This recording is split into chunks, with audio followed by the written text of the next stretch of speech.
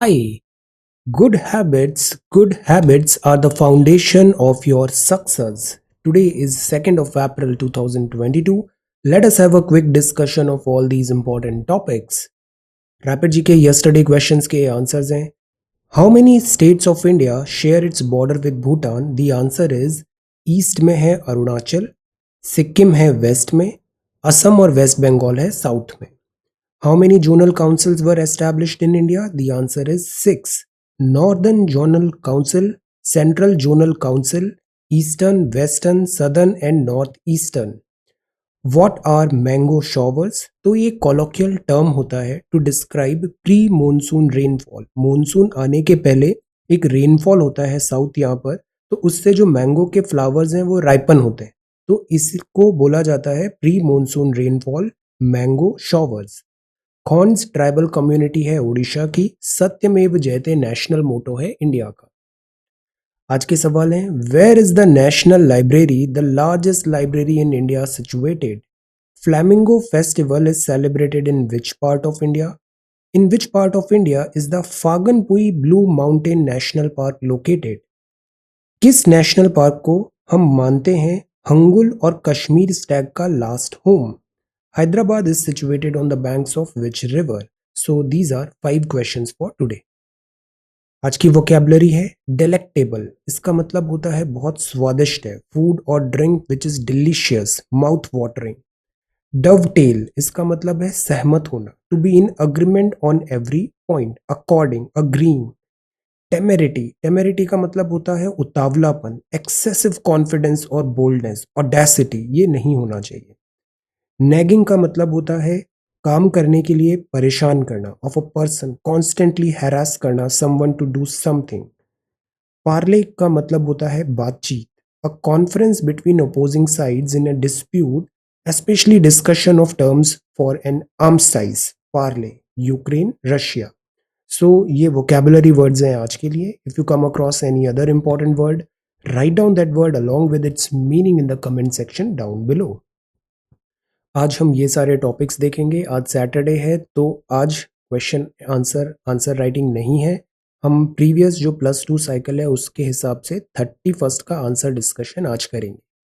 सो ये द हिंदू है, Saturday April 2022. India Russia trying to bypass sanction. See, ये Sergey Lavrov है, holds discussion with our prime minister Modi साहब and Jaishankar साहब. Hearing out Prime Minister with Russian Foreign Minister Sergey Lavrov in New Delhi on Friday. तो Russia और Ukraine का जो crisis है उसके बैकड्रॉप में जो रशियन फॉरेन मिनिस्टर है इनका ये इंडिया विजिट बहुत सिग्निफिकेंट है. Russia and India are looking at ways to bypass the sanctions imposed by US, European Union and partners. Russia पे सैंक्शंस लगे हैं तो रशिया अपने जो प्रोडक्ट्स हैं जैसे कि oil, gas, defence equipments etcetera उनको एक्सपोर्ट नहीं कर पा रहा है. रशियन जो बैंक्स हैं वो स्विफ्ट सिस्टम में भी नहीं है. सो इस पूरे बैकड्रॉप में इंडिया और रशिया का जो बायलैटरल टाइज है वो कैसे कंडक्ट हो, इस पूरी चीज़ के लिए ये टॉक, ये विजिट बहुत इंपॉर्टेंट है. तो visiting Russian foreign minister Sergey Lavrov said on Friday, और टॉक्स हुआ हमारे external affairs minister mister S Jaishankar के साथ भी. नाउ सी, इसके पहले चाइनीज फॉरेन मिनिस्टर वैंग यी का भी विजिट हुआ था इंडिया में. प्राइम मिनिस्टर साहब ने रीइटरेट किया his call for an early cessation of violence. तो इंडिया का स्टैंड क्या है? अर्ली सेसेशन ऑफ वायलेंस होना चाहिए यूक्रेन में. Conveyed India's readiness to contribute in any way to the peace efforts. Peace supreme होता है, पीस एफर्ट्स होने चाहिए. तो प्राइम मिनिस्टर ने ये यहाँ पे बताया. मिस्टर जयशंकर एंड लेवरोव का स्पेसिफिकली डिस्कशन हुआ India's concerns over the impact of the Ukraine crisis. Impact of the Ukraine crisis on the economy, economic impact क्या है. Noting that it was important to ensure that their economy and technological contracts remain stable and predictable. Because you know Russia defence और technology में India का बहुत important partner रहा है. तो इस पूरे बैकड्रॉप में यूक्रेन क्राइसिस में इकोनॉमी और टेक्नोलॉजी का जो कॉन्ट्रैक्ट है, जो पार्टनरशिप है, वो स्टेबल और प्रेडिक्टेबल हो, ये यहाँ पे बात है. रशिया को भी अभी नए पार्टनर्स चाहिए। रशिया की इकोनॉमी अंडर स्ट्रेस है। रशिया बहुत सारे प्रोडक्ट्स, चाहे वो गैस हो, पेट्रोल हो, या फिर ऑयल हो, या फिर technology, latest state of the art technology भी इंडिया को डिलीवर करने की यहाँ पे बात है। इवन जो क्रूड ऑयल है ना, उसमें भी $35 का डिस्काउंट देने की बात है। तो ये सारा यहाँ पे बैकड्रॉप है। इंडिया का एट टाइम्स वेस्टर्न मीडिया ने इस बात पे क्रिटिसिज्म किया कि why India is purchasing oil और other products from Russia. But कल हमने देखा था, ईएएम का स्टेटमेंट आया था कि इवन जो यूरोप है, यूरोप ने भी जो 15% से ज़्यादा उसने अभी इंक्रीज किया है रशियन ऑयल एंड गैस का import. So such type of like double standards या फिर इंडिया को लेक्चर करना is not at all right. We have received quite a number of barrels. I would think about 3-4 days. ये बात अभी फिर Nirmala Sitharaman ma'am ने भी बताया, अब फाइनेंस मिनिस्टर हैं। See this statement. I will put my country's national interest and energy security first. If there is fuel available at a discount, why should not I buy it? I need it for my people. So this is exactly जो stand सारी countries लेती है. In fact, this is the fact. This is the reality. They also express the hope that India would not further. तो ये USA ने kind of warn करने की भी कोशिश किया था इंडिया को। बट सी, हमारा स्टैंड ये है कि हम वायलेंस को प्रमोट नहीं करते हैं। अर्ली सेसेशन होना चाहिए वायलेंस का। ह्यूमैनिटेरियन जो क्राइसिस हो रहा है, we do not support it at all. India की रेडीनेस है to contribute in any way to the peace effort. Peace effort में हम रेडीनेस दिखा रहे हैं। So this is there. Plus यहाँ क्या हो रहा है, this is not our war. ये वो जो वॉर हो रही है, ये यूरोपियन कंट्रीज के बीच में हो रही है। वर्ल्ड वॉर 1 भी क्या हुआ था, यूरोपियन कंट्रीज में एम्बिशंस थे, इनके कॉलोनियल पावर्स थी, सुपर पावर्स थी। देन सेकेंड वर्ल्ड वॉर हुआ, Germany and this again colonial ambitions थे। So the point is, Europe आपस में लड़ता है और पूरा वर्ल्ड उसका प्राइस पे करता है। ये भी कब तक, कहाँ तक जायज़ है? This is also one question जो पूरे वर्ल्ड को पूछना चाहिए। नाटो के साथ भी जो बात थी, नाटो ने एक्सपेंशन क्यों किया जब पहले ही 1990 में ये बात हो गया था नाटो अपना एक्सपेंशन नहीं करेगा यूएसएसआर के डिसइंटीग्रेशन के बाद। सो the point is, this European war, European people fight with each other and the world page the price. This is again जो पॉइंट है, रेस्ट ऑफ द वर्ल्ड को उठाना चाहिए। कल I was reading one article, उसमें African Nations का एक blog था, उसमें भी सेम यही चीज बोला था कि ये जो यूरोपियन पीपल हैं, अक्सर इनमें सुप्रीमेसी, सुपीरियोरिटी कॉम्प्लेक्स भी होता है। They fight with each other and the world page for their mistakes. This is the problem. CJI flags falling credibility of CBI. Justice Ramanna calls for umbrella probe body to avoid multiple proceedings. Again, बहुत अच्छे statements हैं रमन्ना साहब के। We Indians love our freedom. मैं ऐसे बोल के ये चीज़ें इसलिए बताता हूँ बिकॉज इससे लैंग्वेज रिफाइन होती है। आप अगर केवल न्यूज़पेपर ही पढ़ रहे हो, इस लैंग्वेज को भी फॉलो कर रहे हो, आपका ओवरऑल जो मेन आंसर राइटिंग है मेंस एग्जामिनेशन में, उसमें बहुत इंप्रूवमेंट होगा। सो that is why this is the right approach. हम केवल एक न्यूज़पेपर ही पढ़े ना अच्छे से इस अप्रोच से, ना तो हमें योजना पढ़ने की ज़रूरत है, ना हमें कुरुक्षेत्र पढ़ना है, ना हमें कोई एक्स्ट्रा ऑर्डिनरी अदर रिसोर्सेज देखने हैं। Just read one newspaper and read it thoroughly. You will have multiple benefits. Language refine होगा, content बनेगा, ideas आएंगे, discipline होगा. So this is why this is very very important and good exercise. Okay. So now look at this. अब ये जो statement है, ये हम कितने अच्छे से GS2 में यूटिलाइज कर सकते हैं। और सेकंड चीज़, मैं इसको मार्क इसलिए नहीं करता हूँ क्योंकि एक बार टैग लग गया कि दिस इज GS2, तो you will think in narrow perspective कि this is GS2 only. No, ये जो चीज़ है आप GS4 में भी यूज़ कर सकते हो। एथिक्स का कोई कॉन्सेप्ट आया है, CBI रिलेटेड कोई बात है, तो आप इसे से एडमिनिस्ट्रेशन में यूज़ कर रहे हो। हमारे कल्चर की कोई बात है तो आप उसको सोशोलॉजी पेपर 1 में कर सकते हो, इवन पेपर 3 में कर सकते हो, सिक्योरिटी रिलेटेड प्रॉस्पेक्ट्स। सो चीज़ों को कभी कंपार्टमेंटलाइज नहीं करना चाहिए, specially when we are studying. इसके बजाय आपको थोड़ा और मेहनत करके सिलेबस को याद रखना चाहिए ताकि आप तुरंत फ्रेम कर पाओ कि ये चीज़ें कहाँ से कनेक्ट हो रही है। This will actually help you a lot. So see, we Indians love our freedom. When any attempt has been made to snatch our freedom, our alert citizenry did not hesitate to seize the power back from autocrats. So it is essential that all the institutions, including the police and the investigative bodies, uphold democratic values. We are a democracy.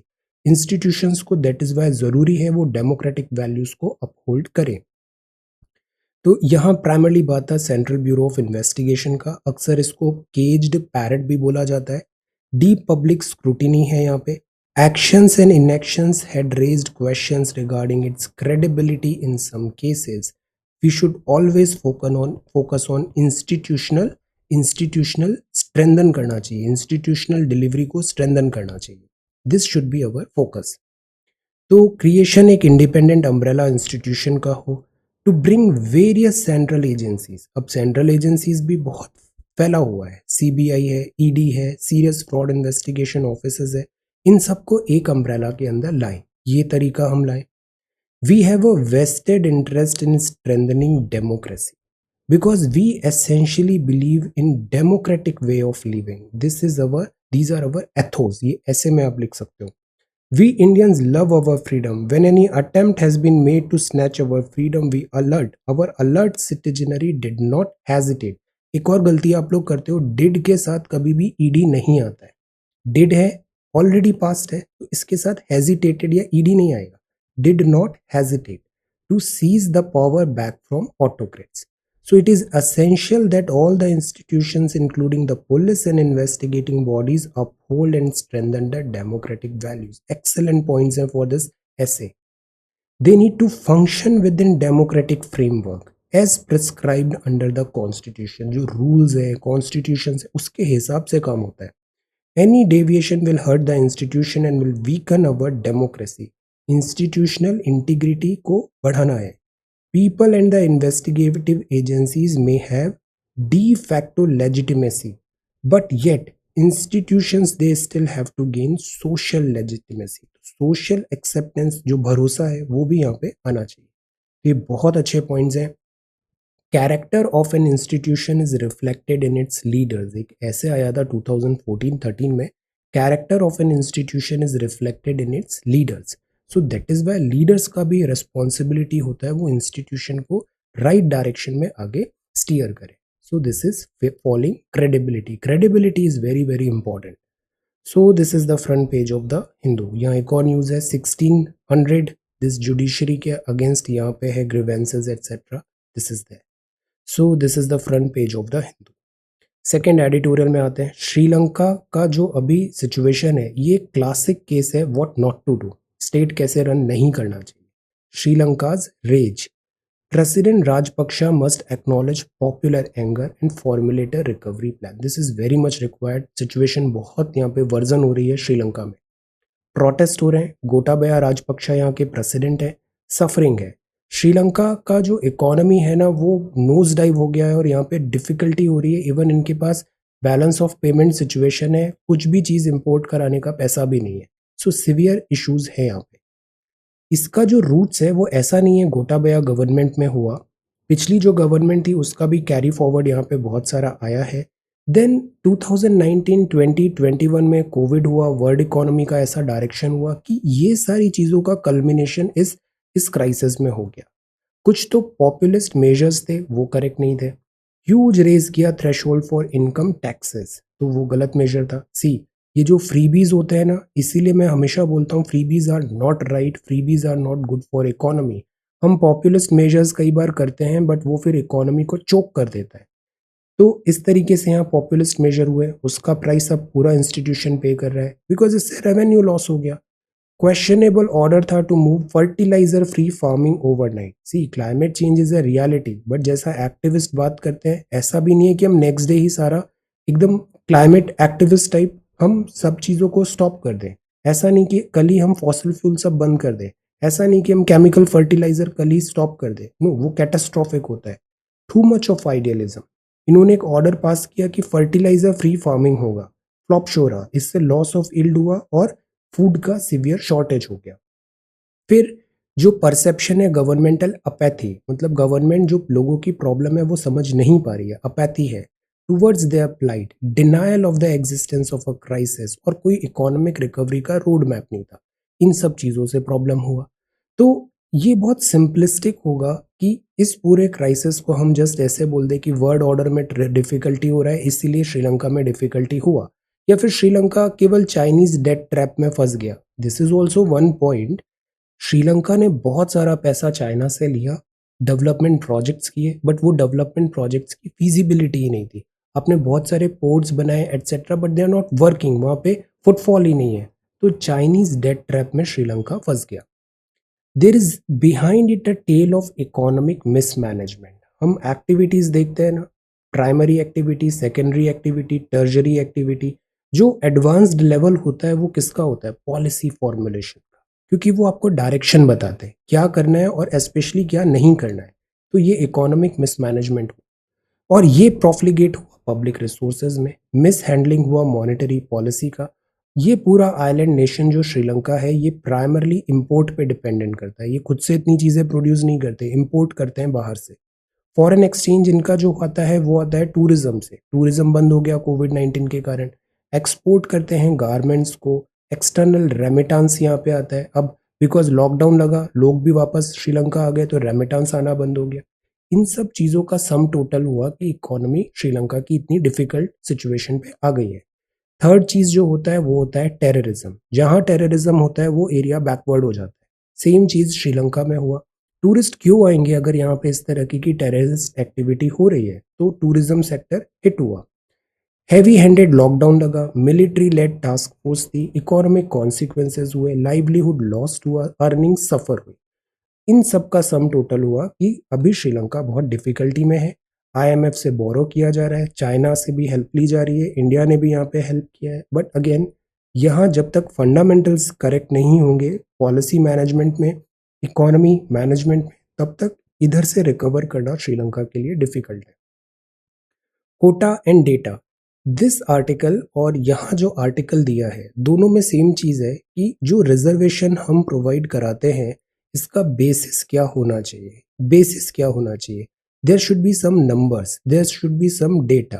क्योंकि reservation as a policy जो होती है वो ये होता है कि weaker section of society को बेनिफिट्स प्रोवाइड करने हैं, बिकॉज हिस्टोरिकल रॉन्ग्स हुए हैं, फ्रूट्स ऑफ बेनिफिट है वो प्रॉपरली सब जगह डिस्ट्रीब्यूट नहीं हो पाए।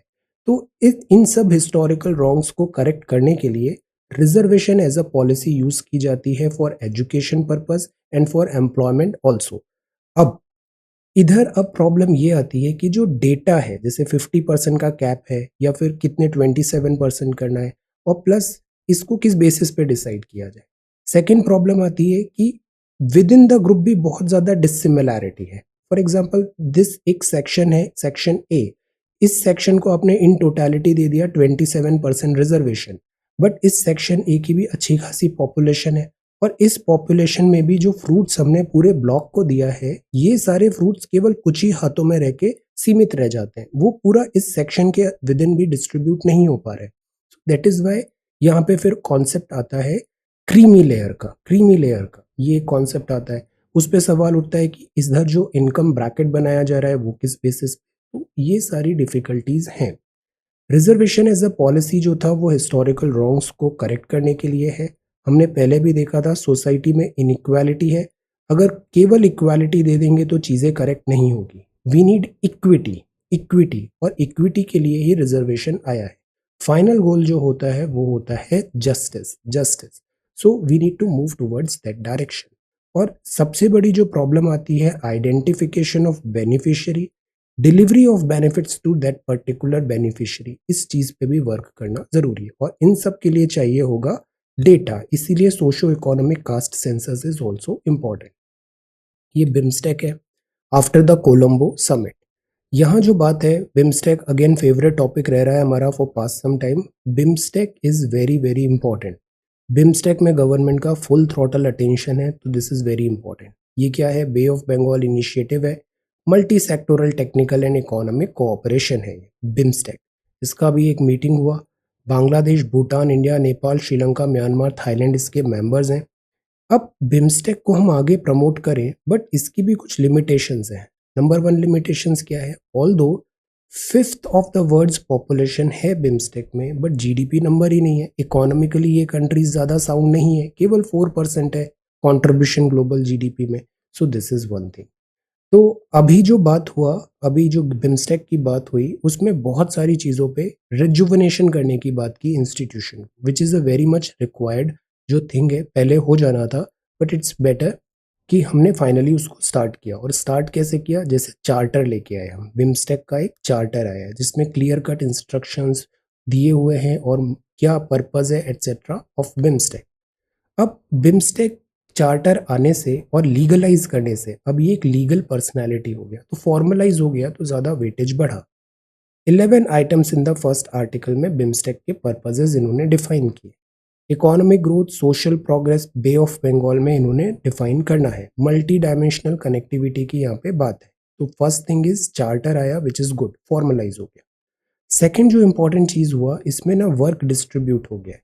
हर जो मेंबर स्टेट है वो एक सेक्टर को लीड करेगा। जैसे investment and development is by Bangladesh, environment and climate change Bhutan, security including energy India की जिम्मेदारी है, एग्रीकल्चर फूड सिक्योरिटी म्यांमार की है, people to people contact Nepal का है, साइंस टेक्नोलॉजी इनोवेशन श्रीलंका का है और कनेक्टिविटी थाईलैंड का है। तो what is this? Distribution of work, distribution of responsibility, team effort, which is good. इसके अलावा एडीबी से भी लोन्स लेके एटसेट्रा प्रोजेक्ट डेवलपमेंट्स वगैरह करने की बात है, विच इज़ गुड। ये सारी चीज़ें अभी हमने यहाँ पे रिजुवनेट करने की कोशिश किया। 3 नए अग्रीमेंट हुए हैं यहाँ पे। लीगल असिस्टेंस होगा क्रिमिनल मैटर्स में, डिप्लोमेटिक अकेडमिक्स में कोऑपरेशन होगा, टेक्नोलॉजी ट्रांसफर फैसिलिटी कोलंबो में आएगी। ये 3 अग्रीमेंट्स हैं। ट्रेड पिलर और इसके लिए सपोर्ट की भी ज़रूरत होगी, तो प्राइम मिनिस्टर साहब ने अभी बताया हमें फ्री ट्रेड अग्रीमेंट की तरफ भी बढ़ना चाहिए, कनेक्टिविटी को बढ़ाना चाहिए, लीगल इंस्ट्रूमेंट्स होना चाहिए कोस्टल शिपिंग का, रोड ट्रांसपोर्ट का, energy connectivity is again required, human assistance disaster relief is again required, HADR, human assistance in disaster relief. ये जो स्टेटमेंट्स आए हैं स्टेट्स के, सबसे बड़ी प्रॉब्लम आती है जो स्मॉलर कंट्रीज है उनके पास थोड़ा एप्रीहेंशन हो जाता है, दे फियर। सो उस फियर को भी दूर करने की यहाँ पे ज़रूरत होगी। ऑन ट्रैक लाए, जैसे SDG 2030 इज इम्पॉर्टेंट, बट ये अभी तक हम अचीव करते नज़र नहीं आ रहे, तो जो चीज़ें उसको हम रॉबस्ट बने, prosperous, resilient and robust and open BIMSTEC बनाने की बात करें। ये फॉर्मल टॉक्स हैं। एमिनेंट पर्सनल ग्रुप का, पर्सनस का ग्रुप बनाओ, डॉक्यूमेंट बनाओ, दिस इज दैट। MSME को बढ़ाओ, इकोनॉमी प्रमोशन को एनकरेज करो। अब कुछ अच्छे सजेशंस हैं, दीज आर इम्पॉर्टेंट। पहली तो एक पर्सनल टच होना चाहिए। लीडरशिप जो होती है ना, अगर जैसे इंडियन प्राइम मिनिस्टर से Bangladesh prime minister, Indian prime minister Modi साहब और बांग्लादेश में शेख हसीना मैडम, इनके बीच में अगर अंडरस्टैंडिंग बेटर है, तो आप देखो पूरी कंट्री के बीच में अंडरस्टैंडिंग बेटर हो। तो personal touch is again important. Second, यहाँ पर बिम्स्टेक में विजिबिलिटी को बढ़ाना पड़ेगा। जैसे अभी 2023 का G20 इंडिया में होगा, क्यों ना हम बिम्स्टेक ग्रुप को भी इंडिया में बुलाएं। ये G20 में नहीं है कुछ कंट्रीज, उनको बुलाएं और टॉक्स करें, तो इससे विजिबिलिटी बढ़ेगी बिम्स्टेक की। थर्ड एक आइडिया दिया है बिम्स्टेक का, क्यों ना नाम भी एक सिंपल नाम रखें, जैसे बे ऑफ बंगाल कम्युनिटी रखते हैं, तो ये ज़्यादा कैची भी होगा बजाय इतना बड़ा नाम बिम्स्टेक का। तो ये कुछ बातें हैं। Brevity reflects gravitas. Brevity reflects gravitas. What do you understand by this? Brevity reflects gravitas. Ethics में ऐसे statements आते हैं ना, brevity reflects gravitas. So the point is brevity is good, concise होना चाहिए, to the point होना चाहिए, well defined होना चाहिए। श्रीलंका का economic crisis foretold and NEP essential to create new India. Prime minister साहब ने स्टूडेंट से बात किया, परीक्षा पे चर्चा। फ्लेक्सिबिलिटी होना ज़रूरी है और स्किल्स पे हम ज़्यादा ध्यान दें, रोट लर्निंग नहीं, स्किल्स में हम ज़्यादा ध्यान दें। इसलिए मैं आपको बोलता हूँ आंसर लिखो। आंसर लिखते हो ना तो आप खुद से एक एक्टिविटी कर रहे हो, आप इतने सारे रिसोर्सेज देखोगे, दिमाग लगाओगे, ऐसे करना है वैसे करना है, ये चीज़ आपको ज़्यादा बेनिफिट करेगी। एक स्टूडेंट ने बोला कि हम सिंपल कॉपी कर रहे हैं स्टैंडर्ड बुक से आंसर्स देख देख के, वो भी बहुत अच्छा है। एटलीस्ट आप, नकल में भी अकल चाहिए होती है, आपको पता है। सिंपली आप ब्लाइंडली बिंज वॉच कर रहे हो रोबोट की तरह, उससे बेहतर है आप चैप्टर पढ़ो और उसको अपने शब्दों में समराइज करके आंसर लिखो, ये ज़्यादा आपको रिटेन होगा। आपने जो भी आंसर्स लिखे हैं ना, try to show all of your work to any elderly. Parents को दिखाओ, एल्डर्स को दिखाओ, कोई सीनियर जो मैच्योर पर्सन है, एक्सपीरियंस पर्सन, उसको दिखाओ। They will appreciate you a lot कि आपने इतना अच्छे से पढ़ाया। आप बोलो उन्हें 10 वीडियो देखे, एक आंसर लिखा, एक आंसर का वेटेज ज़्यादा होगा 10 वीडियो से। This is that important. Okay, Lok Sabha not to amend this list in UP. This center introduced Antarctica Bill. Antarctica Bill. It envisages regulating visits and activities to the continent without a permit. Antarctica क्या होता है? जैसे ये अर्थ है ना, north में जाते हैं तो आर्कटिक होता है। कुछ दिन पहले हमने पढ़ा था ना Arctic circle. This is important, इससे सवाल आते हैं आर्कटिक से। This is very important. Second, Antarctica होता है साउथ में। This is also important. तो ये साउथ पोल है, 90 डिग्री साउथ। आर्कटिक कोई कॉन्टिनेंट नहीं है, पर अंटार्कटिका एक बकायदा कॉन्टिनेंट है, कॉन्टिनेंट है। और ये जो कॉन्टिनेंट है ये ग्लोबल कॉमन्स माने जाते हैं। यहाँ पे इंडिया का भी एक बेस स्टेशन है। अब जो इंडिया का बेस स्टेशन है वहाँ हमको इंडियन लॉज के हिसाब से हम रूल्स वगैरह एस्टैब्लिश कर पाएंगे। ये इस बिल का मैंडेट है। तो एक बिल आया है, अंटार्कटिका बिल, लोकसभा में आया है। जो भी डिस्प्यूट्स है, इंडिया का जो बेस रिसर्च स्टेशन है वहाँ अगर कुछ भी क्रिमिनल या फिर जो भी लॉ रिलेटेड बात होगी वो सब इंडियन जुरिस्डिक्शन में है, इंडियन कोर्ट्स के अकॉर्डिंग होगा। ये इस बिल का मैंडेट है। तो यहाँ है inspection in India, officer designate होगा, वो इंडिया का जो बेस है वहाँ पर इंडिया के लॉज लगेंगे। बिकॉज इंडिया ने 1983 का एक ट्रीटी किया है, Antarctica treaty, specify a set of laws governing portions of the continent where it had its research bases. So India का रिसर्च बेस है उस कॉन्टिनेंट में, अंटार्कटिका में रिसर्च बेस के पास जो पोजीशन है वहाँ पे इंडियन लॉज के अकॉर्डिंग वर्क होगा। सो this is the centre introduces Antarctica bill. Then new leaders take command as army sees series of changes. ये lieutenant general Manoj Pande sir हैं, is now senior most after army chief. अभी CDS की post के लिए भी अभी discussions हो रहे हैं। Then this is next page. And कोविड-19 vaccine not receive from G7 NATO members, government ने क्लियरली यहाँ पे बता दिया। Then this is drug trafficking via freight container a major challenge है। रिकॉर्ड नेस्टिंग हुआ ऑलिव रिडली टर्टल का, olive ridley turtle, Rushikulya, Rushikulya Orissa. तो ये सी रूट है olive ridley turtle. Then Ukraine talks to resume amid tension, Pakistan में difficulty हो रही है। China slams Russia sanction summit with EU। Turkey, Saudi, Solomon island won't host China military base. This is good. GST collection का नया high हुआ है March में, good, 1.42 lakh. GST is again very important, इससे सवाल आएगा। 2017 में GST था, 2022 है, 5 साल हो गया। This is important. March auto sales show mixed results. Fuel का सेल प्री पैंडेमिक वॉल्यूम पे आया। अमेजॉन और फ्यूचर का clash. Brookfield BOB buys 21% ILFIC में। पायलट्स वेक्स्ड हैं। और ये है sports news. Okay, so this is the Hindu newspaper. Quickly अब हम देखते हैं answer writing. Okay, answer writing में let us sort it by oldest. Let us sort it by oldest. So let us begin.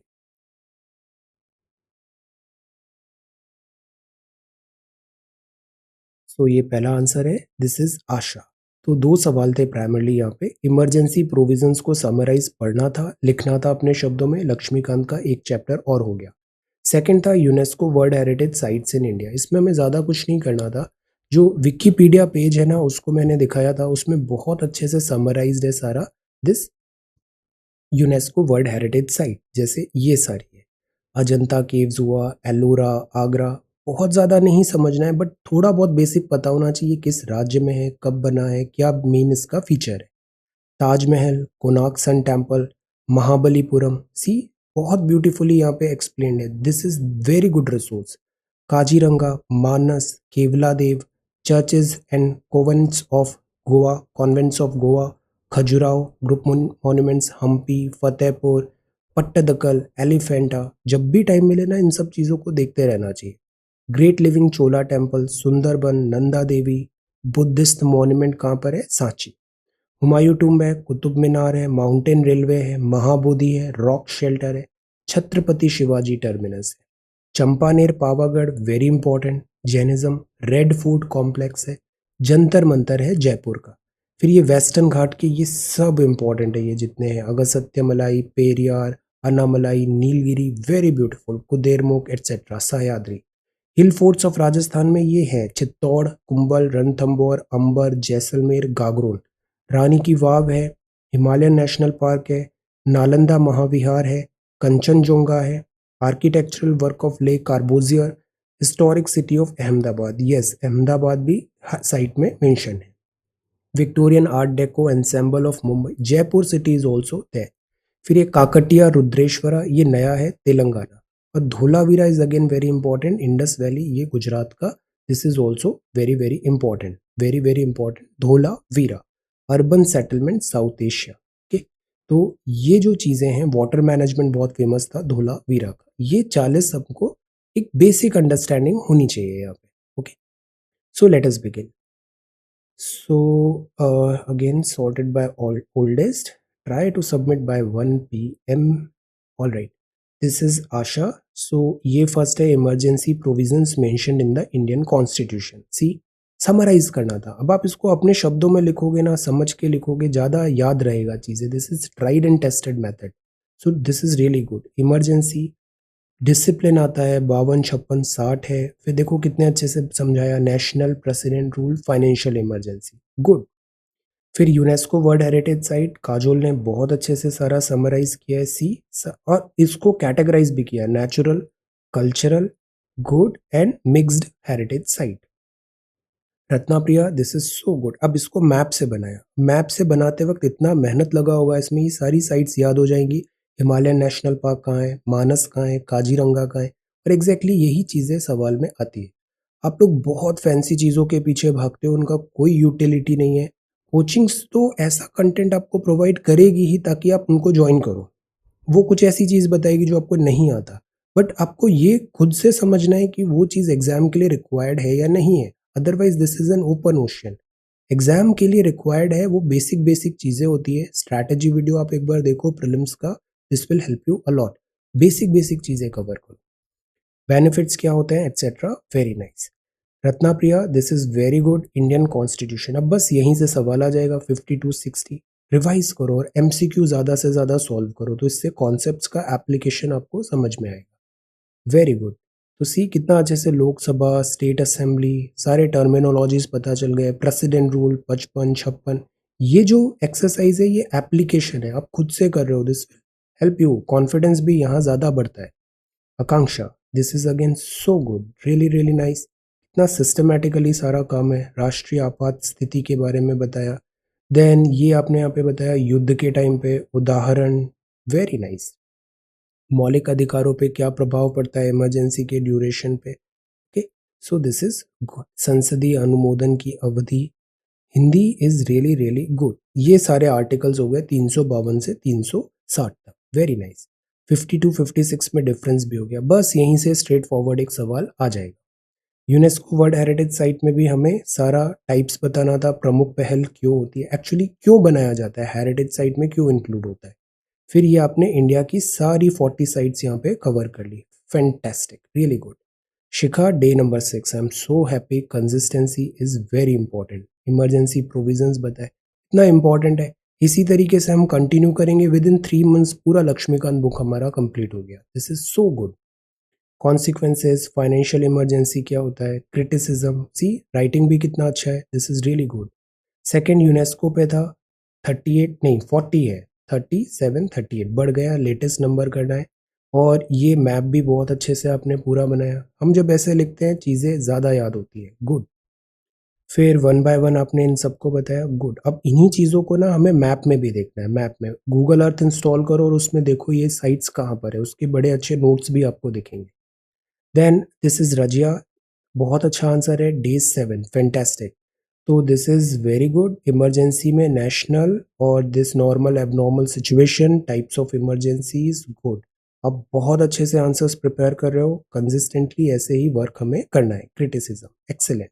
C this map, your map and diagram work is next level, this is really good. Cultural, natural, mountain, railway, mixed, presentation skills, awesome है। So this is really good.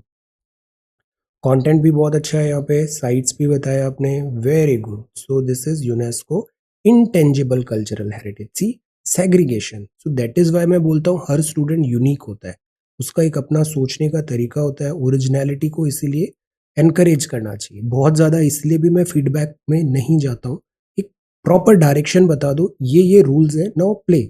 आप अपने हिसाब से अपना दिमाग लगा के उसको बेहतर बनाने की कोशिश करो। So this is good, UNESCO, very nice Priyanka, excellent work. See, सब याद हो गया और इतनी इंटरेस्टिंग साइट है, हमको इसको देखना चाहिए। जब आपका सिलेक्शन हो जाएगा ना, तो एक भारत दर्शन होता है जिसमें वो सारी इंपॉर्टेंट जगह पे इस जगह आपको घुमाने ले जाएंगे। So this is really really good और दिस इज वेरी गुड। सब यहाँ पे हमने अच्छे से बताया। अब ये सारी साइट्स देखनी है हमें 40 की 40। Okay, 7 national heritage sites. फिर this is Asha, once again UNESCO world heritage site, 32, 7 और 1 सारे हमने यहाँ पे प्रिपेयर कर लिए इंपॉर्टेंट पॉइंट्स, यहीं से सवाल आ जाएंगे। Very nice. Shubham, this is good.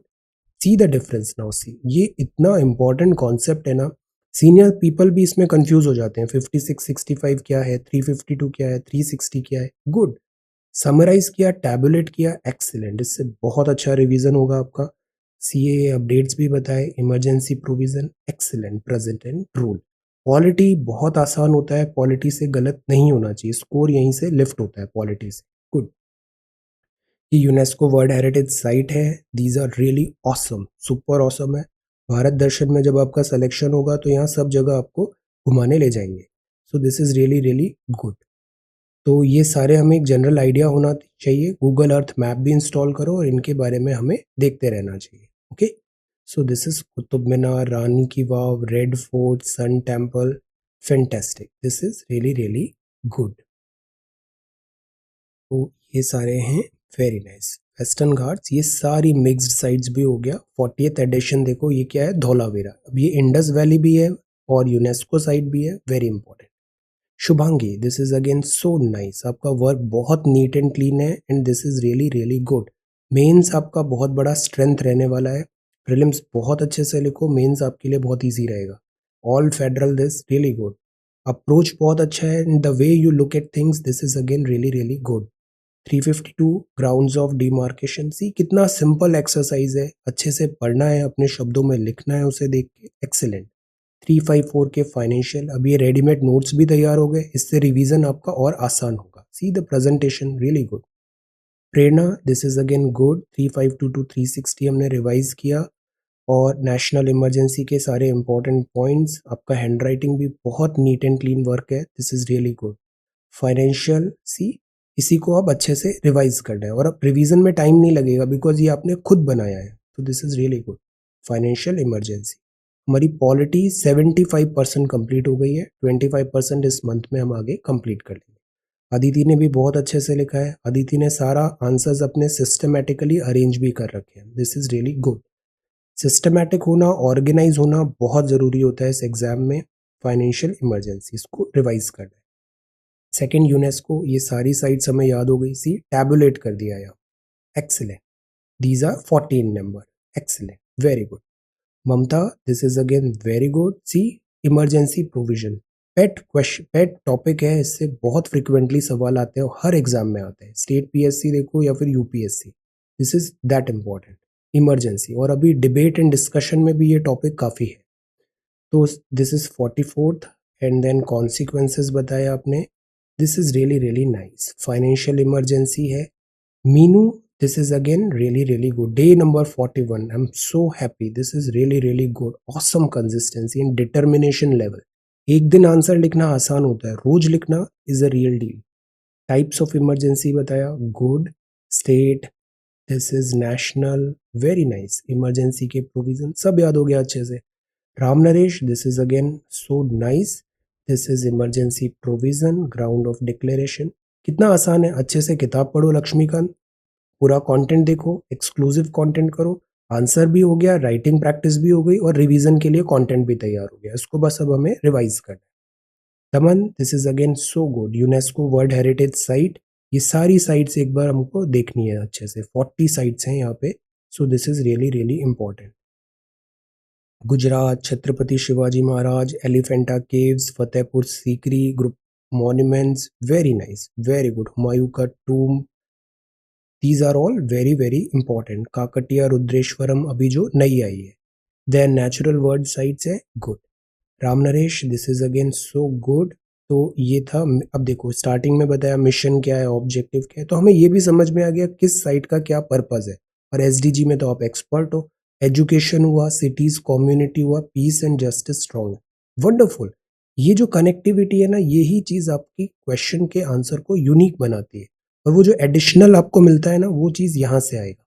जो कॉपी चेक करता है ना, वो इन सब चीज़ों को बहुत एप्रिशिएट करता है। अगर स्टूडेंट का कुछ इनोवेशन उसे दिखता है, वहाँ दिखता है, उसको लगता है कि यस, इस स्टूडेंट के पास अपना खुद का भी दिमाग है, कॉपी नहीं कर रहा है, वो उसको अपना दिमाग लगा के बेहतर बना रहा है। तो good Meenu, this is really really good. अब सी कैटेगरी 1, 3, 4, 8 इस तरीके से कैटेगराइज किया world heritage site. Good.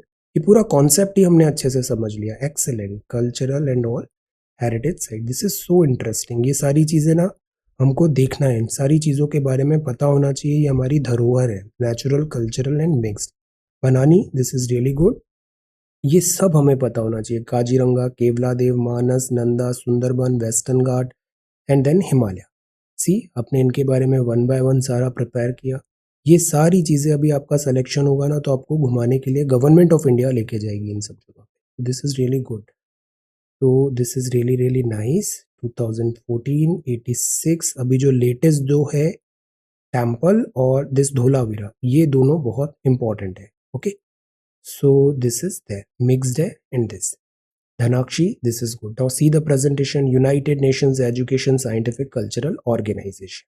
Criteria क्या है, हमें अब क्राइटेरिया भी पता हो गया। तो ऐसे हम इतनी बातें करते हैं, खुद से जब हम काम करते हैं तो लर्निंग ज़्यादा होती है। आपने इतना अच्छे से R&D किया, सीखा इस पूरे कॉन्सेप्ट को, एक्सेलेंट।